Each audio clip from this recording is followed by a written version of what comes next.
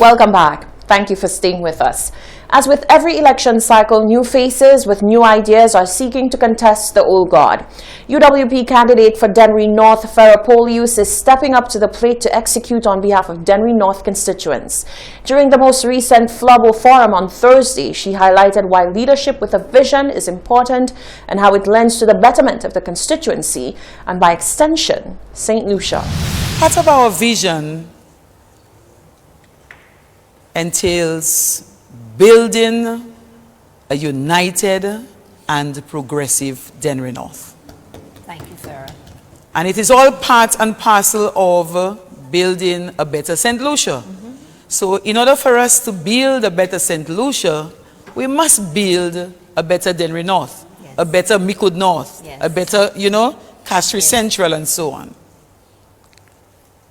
So to do that, there are various projects, there are plans, some of them long-term, some short-term. Polius further emphasizes that the people should be at the epicenter of development. I've been a leader for so many years that the most important resource of any country and of any constituency is the people. And if they don't feel empowered, they don't feel valued, they don't feel that they have what it takes to make a difference in their lives, then they will not go forward. They will not fulfill their dreams. And so one of the very first plans that I would want to implement and during the first term is to launch an empowerment program for adults and youth. It's called EP. Her plan for Dennery North consists of an empowerment program for youth and adults, establishment of a Dennery North Development Fund, construction of an early childhood education center, sports development, and the revitalization of uniformed groups. United and Strong St. Lucia has embarked on a campaign to raise awareness of domestic violence in St. Lucia, as well as to hold authorities on island accountable for enacting legislation to support victims. The campaign, called Hear My Voice, will seek to reinforce the need for the enactment of a new domestic violence bill which will be more inclusive and cover all victims of domestic violence. Genevieve Gonzague reports. Domestic violence or intimate partner violence continues to be an issue worldwide. Here in St. Lucia, many calls continue to be made to have legislation enacted to protect and support victims of such violence. In 2005, the Domestic Violence Act of 1995 was amended and was designed to offer solutions to and reduce domestic violence. To date, the amended act has yet to become law, resulting in its efficacy being questioned by activist groups. United and Strong St. Lucia, in that vein, has launched a campaign called Hear My Voice to lobby for the enactment of the bill. Board member of United and Strong, Jessica St. Rose, says funded by Outright Action International, there is hope that the campaign motivates the government to pass the new domestic violence bill. This campaign is about lobbying the government to enact the domestic violence bill, which is sitting at the AG's office and yet to be enacted. And we're putting out the campaign to call on the female leaders in government to lend a hand and to support that the domestic violence bill should be enacted as soon as possible. We do believe that the new bill is a great one. It is very inclusive, and it also takes on the inclusivity of everyone, and it is gender neutral, and we're really happy with the new bill, and we're hoping that with this campaign we can lobby the government so that they will enact the bill that has been sitting out for too long. And we do understand that this bill, if enacted, it will become a bill that will seek justice for all persons who are affected by domestic violence in St. Lucia. According to the findings of a 2010 UN Development Program survey, where 11,000 adults from 7 Caribbean countries were interviewed, 9.7% of St. Lucians reported experiencing physical violence at the hands of someone they live with. At the time, this average was only marginally lower than the Caribbean region's average of 10.9%. It is believed that due to the COVID-19 pandemic and other socio-economic factors, the number of cases of intimate partner violence have likely increased. St. Rose says the conditions on island are now ripe to increase the level of lobbying for the bill to be enacted. We have been meeting with various government agencies about the new bill, and we've been asking them that, when is this bill going to come about? What are you doing in terms of that? And we're getting sort of excuses.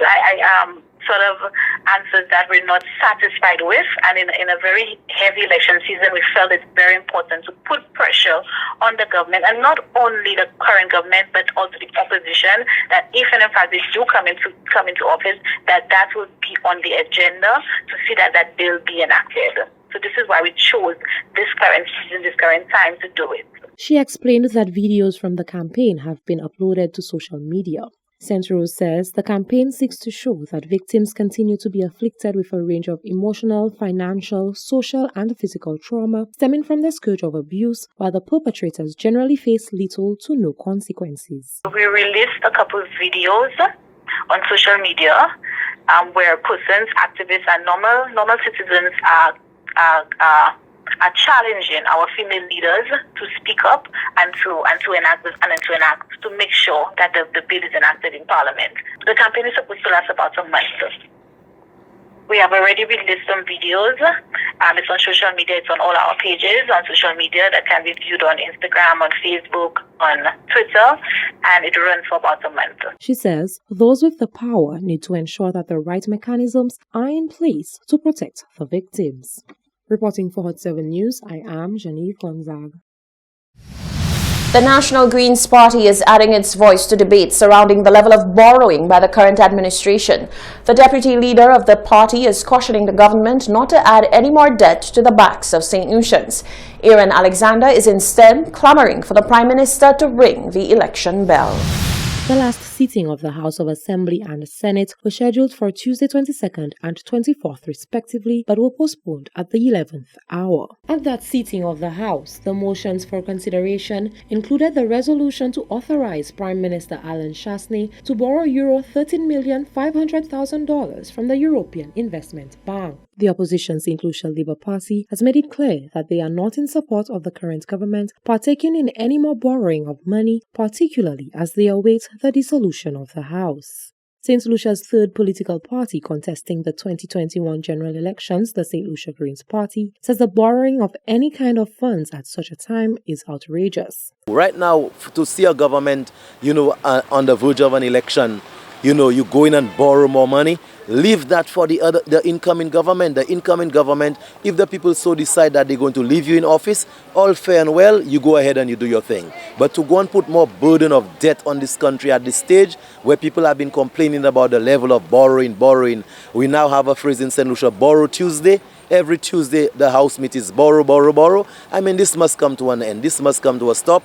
So I'm urging the government to do the right thing, set a date for elections, focus on giving St. Lucians a free and fair and democratic election, and also stop this borrowing. Don't come to the House and borrow a cent again, because you've done enough borrowing. If the people so decide they choose another government, leave some wiggle space, leave some wiggling room for an incoming government to do what they can for the people of St. Lucia. So if they have to borrow some in their first year, whatever the case might be, leave some wiggle room for them. Recently, however, Prime Minister Alan Chastanet explained that the monies which are being sought were already included in the 2021-2022 budget. We had the estimates and we had the appropriations, and in those bills there was permission for us to be able to borrow. We were simply looking to access EU money at very concessional rates, and instead of using it as bonds, we would use it as a loan. And because we were changing it from a bond and treasury bills to a loan, would require and still requires parliamentary approval. But this does not constitute any new borrowing. We're only borrowing within the limitations of what was passed in the budget. The deputy leader of the NGP, Aaron Alexander, says it is absurd that the government would be thinking of adding any more debt to the country's back. Alexander says the focus of the government should be allowing people to determine their future by calling the general elections. Reporting for Hot 7 News, I am Genevieve Gonzaga. In news further afield, rescue workers are pinning their hopes on finding a miracle survivor in voids underneath the rubble of a Florida apartment building which collapsed 5 days ago. Miami-Dade Fire Rescue Chief Andy Alvarez said a frantic effort was underway to reach any air pockets where people could have survived. No one has been pulled alive from the site since Thursday when the building in Surfside, north of Miami, collapsed. At least 10 people have died. More than 150 people are still missing, and officials say they are refusing to give up hope. More in this BBC report. Rescue workers say they are searching every bit of hope for survivors under the rubble of a collapsed Florida apartment block. More than 150 people are still missing, with 9 confirmed to have died in Thursday's disaster. I've been speaking to David Begnaud, lead national correspondent from CBS News. I asked him if it was no longer being viewed as a rescue operation by those on the ground. A lot of the family members will complain and tell you that they believe it has. Some people have said from the very beginning like they felt like rescuers weren't moving with enough of a sense of urgency. The rescuers and the officials who are overseeing the rescue insist they're moving as fast as they can while also ensuring the safety of the rescuers. What's really interesting here, and look, I've covered earthquakes around the world and multiple disasters. What happened here immediately after the collapse is not that a bunch of people went on top of the rubble pile and started digging. They actually made the decision to go in through the garage and build what is a tunnel that is nearly 40 feet deep. And going through the bottom of the garage, they have already been able to recover the bodies of about 9 people. The officials insist this is still a search and rescue operation. It is not a recovery. Teams from Israel and Mexico have arrived, and they are helping U.S. officials. They're working 12-hour shifts, midnight to noon, noon to midnight. They refuse to give up at this point. We're looking at some of the images there of the building, David, absolutely shocking. And there is now concern about building and construction in the area and I suppose across the whole state of Florida.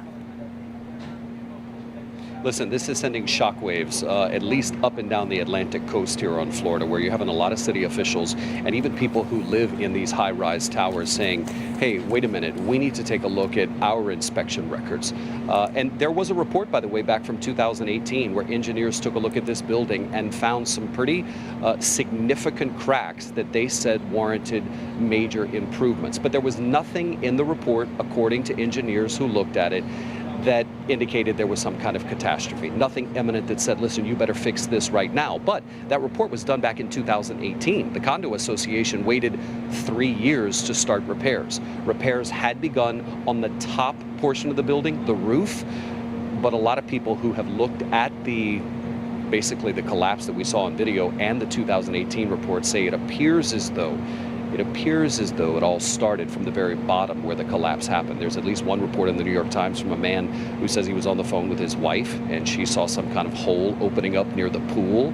There's another actually interview that we did with a man who used to be the maintenance manager at that building back in the 90s who said that there was no sloping, so the water didn't drain like you would expect. It was pretty much flat ground, so he said there were multiple times where you'd go into the garage of the building and there'd be a foot or two of water just sitting there. Why is that relevant? Because you've got saltwater intrusion from the Atlantic Ocean. You've got this water that doesn't properly drain. You've got this engineer's report that found significant cracking. You put all of that together and experts say it's likely a combination of factors led to the horrific collapse of this building while these people were sleeping. That was David Begnaud, a CBS correspondent reporting. That report from the BBC. Stay with us. There's more news after the break.